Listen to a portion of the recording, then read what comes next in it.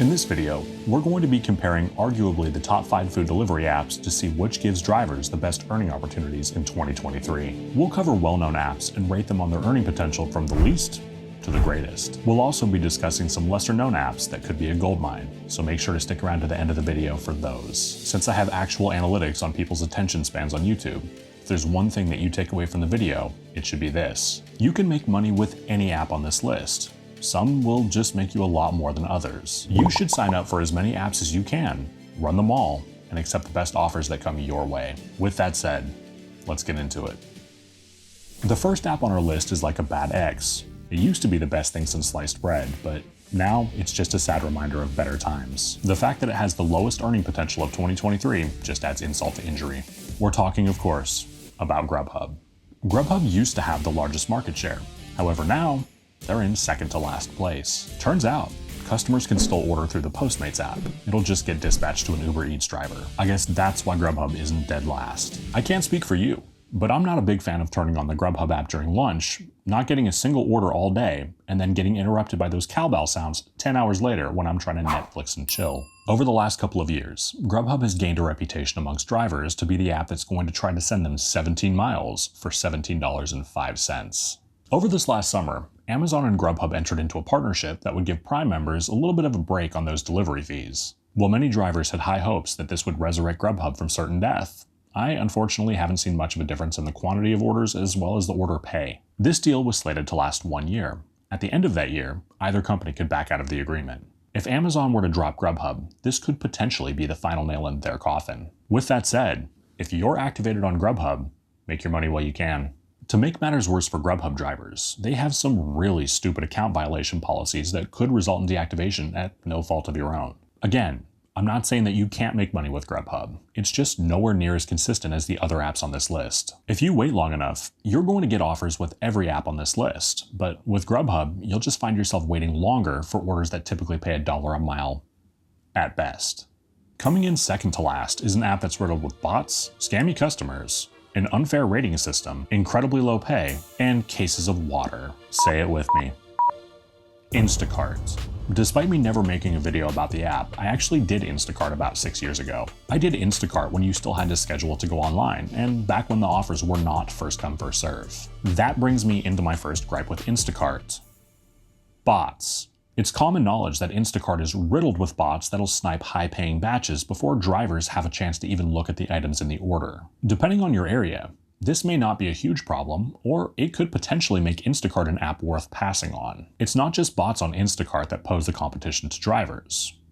It's an unfair rating system. I'm of the opinion that their rating system shouldn't play favorites, but unfortunately, it does. That can really put a damper on the shopper's ability to snag a batch that's actually worth their time. Any shopper whose rating falls below a 4.6 will see batches 30 seconds after top batchers. See what I did there? This brings me into my second gripe, an unfair rating system. Instacart customers frequently give low ratings for some pretty goofy reasons. For example, if the store was out of an item or if the packaging was slightly scratched. Basically, things that are out of the shopper's control. Admittedly, I've only done one Instacart batch in the last 6 years, but there's a reason for that. Every time I turn on the app, all I see is garbage. Having said that, I have friends that do Instacart and swear by it.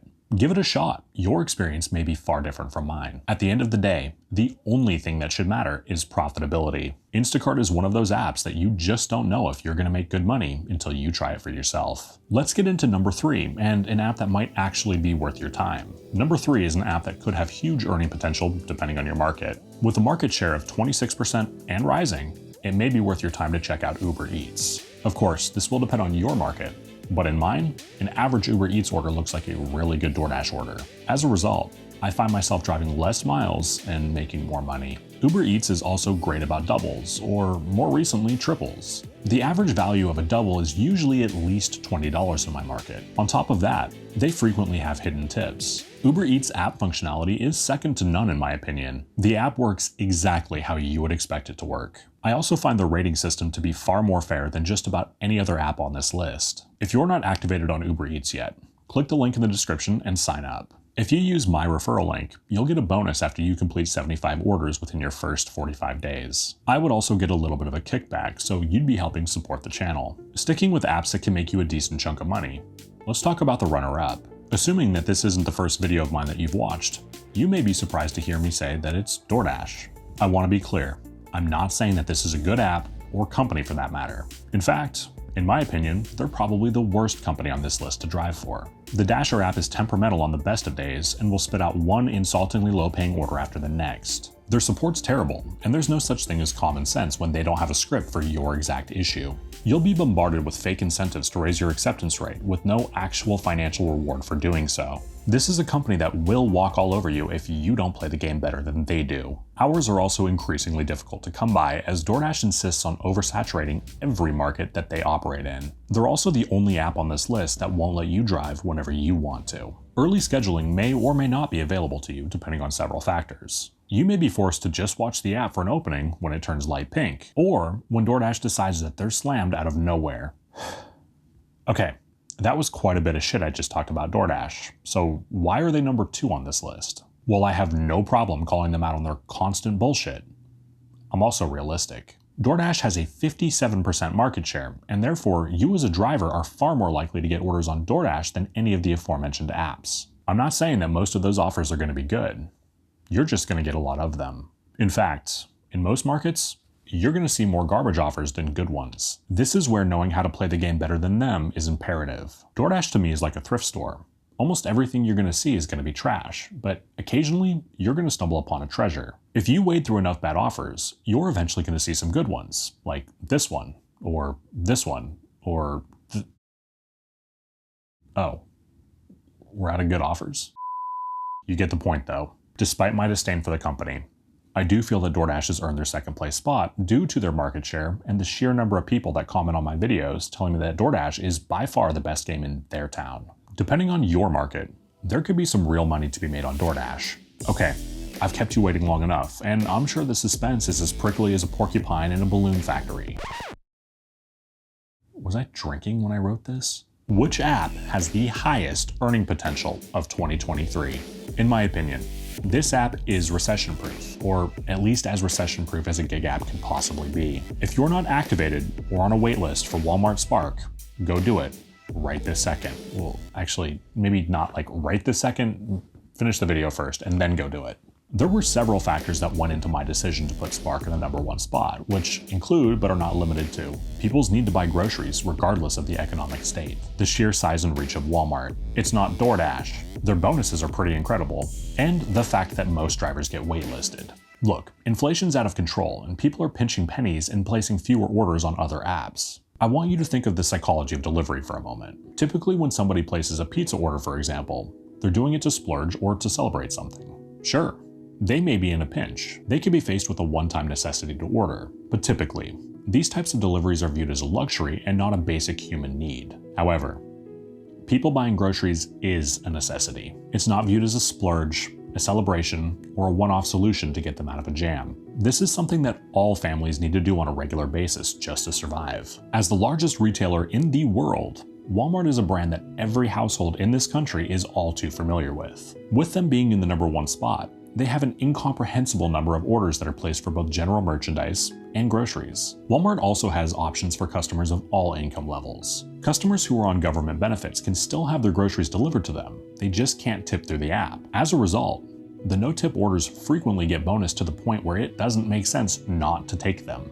My opinion on no-tip orders on Spark versus DoorDash, Uber Eats, or Grubhub does differ slightly. Without going too far down the rabbit hole, I do find it incredibly disrespectful when a customer orders through a service like DoorDash, Uber Eats, or Grubhub and does not tip the driver adequately. We're performing a service for them, and therefore it's a splurge and not a basic human need. However, on Spark, due to the vast socioeconomic variety of their customers, they may or may not even be presented with the option to tip their driver. And when that happens, Spark will frequently bonus those orders to the point where they're more lucrative than orders with tips on them. For example, I've been paid over $20 to run a couple jars of peanut butter less than a mile away. Another perk of taking no tip offers on Spark is you know you're not going to get tip baited. I can see this happening now, so before I have somebody in the comments misconstruing my words, I want to make my position on this crystal clear. You should not take low or no tip offers on DoorDash, Uber Eats, or Grubhub. They almost never pay enough to justify accepting the orders, and these are also the customers that feel that they're entitled to extras that they didn't pay for. Save yourself the frustration of getting unjust contract violations and just decline orders where the customer didn't feel it necessary to adequately compensate you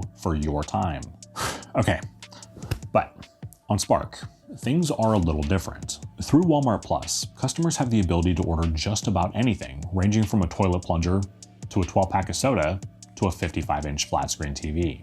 Due to the fact that customers do not have the option to tip on every order type, this should be a deciding factor, not the deciding factor. Spark offers drivers several different types of orders, so it's virtually guaranteed that something is going to appeal to you. If you enjoy Instacart or Shipt, you will most certainly enjoy Walmart Spark Shop and Pays, as I've seen some of those reach $50 for just a handful of items. One thing that sets Spark apart is not only will you see an aisle number in the app, but you'll also see a specific section number within that aisle. Instead of searching an entire aisle, you may just be looking at a 5 square foot radius. Furthermore, because it's a Walmart app and a Walmart store, the chances of you searching for an item that's out of stock is slim to none.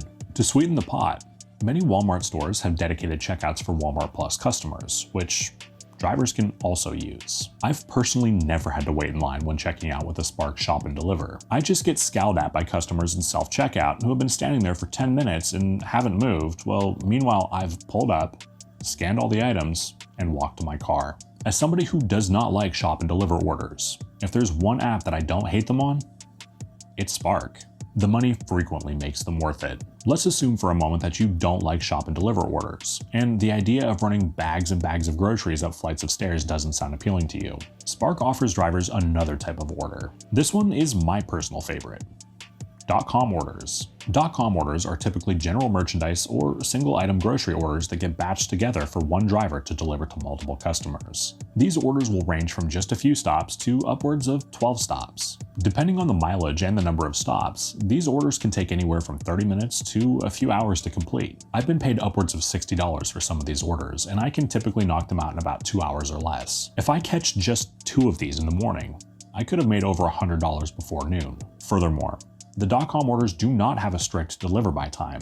Therefore, I can and do multi-app DoorDash and Uber Eats regularly. This has resulted in me making over $200 in about 4 hours on more than one occasion.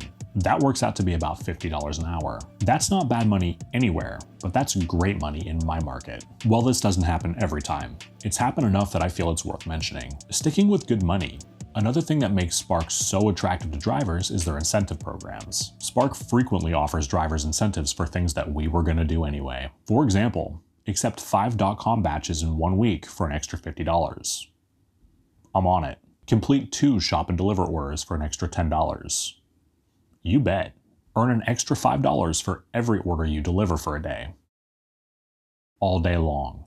And to make matters better, these bonuses frequently stack. You could be double dipping in more than one bonus at once. At the end of the day, I feel that Spark has the highest earning potential for drivers in 2023 due to people's need to buy groceries regardless of the economic state. The fact that they have so many different types of orders virtually guarantees that you're going to find something that you enjoy doing. And the pay?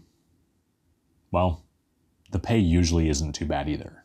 The final thing that I think makes Spark such a good app for drivers is the fact that you're probably going to get waitlisted. Some of you are probably thinking, well, that's not a benefit, Zach. But let me assure you, it is. Most new drivers who sign up for Spark end up on a wait list ranging anywhere from 6 weeks to still waiting 6 months later. Unlike DoorDash, Spark is not oversaturating every market that they're in. Therefore, when it's your turn to get on the app, you'll face less competition from other drivers. Sure, the initial wait is going to suck, but when you do get on the app, you're going to be appreciative that there's other drivers on a wait list behind you. Like with any other app, Spark is not perfect. It's far from it, actually. I've done a dedicated video about some of the issues that plague the Spark platform. If you want to check that out, click up there. As promised, I have a few bonus apps for you to check out that you may not have heard of. For my pet lovers out there, Check out Rover. Rover is an app that connects pet owners with service providers. Through the app, pet owners in your immediate area can find you and hire you for tasks such as dog walking, boarding, or drop-in visits. One thing that makes this app really cool is it allows you to earn repeat customers. There was a period in my mid-20s where I felt like I was living out of a suitcase due to the fact that I was traveling so much. I know from way too much experience that boarding a pet can be very expensive. Personally, I'd rather pay somebody that I've already met and trust to look after Lightning Bolt and Fatty Boom Boom. I'm not personally activated on Rover, but Hannibal is, and he does pretty well for himself. He did a great video on his experiences with the Rover app. I'll link it down below, it's definitely worth a watch. The second to last app I want to talk about in this list is called Driavr. This is an app to facilitate transferring vehicles from point A to point B. If you drive in or live near a major market, you may have better luck with this app than somebody like me who's in a medium-sized market. I'm activated on Driavr, but I've yet to see an offer. One of my earliest subscribers, Kevin, was kind enough to let me use some screenshots of offers he's received on the app, so shout out to Kevin. Some offers on Driavr may be picking up and dropping off fairly close together, but not always. With Driavr, you have the possibility of getting offers that'll take you quite a distance away. We're talking about mileage with a comma in it. As a result, some of these offers pay hundreds of dollars each. On these long mileage trips, Driavr will also do the logistical work for you. This may include, but is not limited to, them arranging Ubers to pick you up, as well as arranging flights to fly you home. While having a CDL will increase the number of offers you could potentially receive, it's also not a requirement. They also give drivers the option to be a follow me car. This is essentially where you follow another driver transporting a vehicle from the pickup to the drop-off location and then bring that driver back to his zone. If you're in the right area and have the time to commit to it, this app could be a goldmine for you.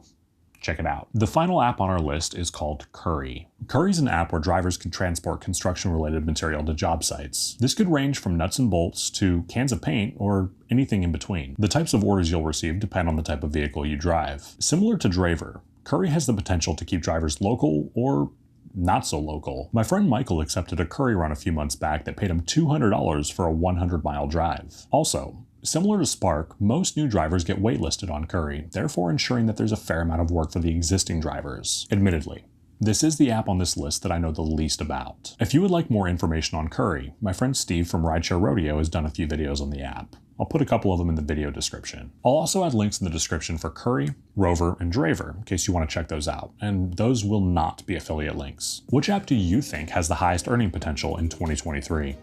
Share your thoughts in the comment section. Also, let me know if you would like a dedicated video on lesser known gig apps. Personally, I think that could be a pretty fun video to make. If you enjoyed this video, please consider pressing the like and subscribe button. My name is Zach. Take care.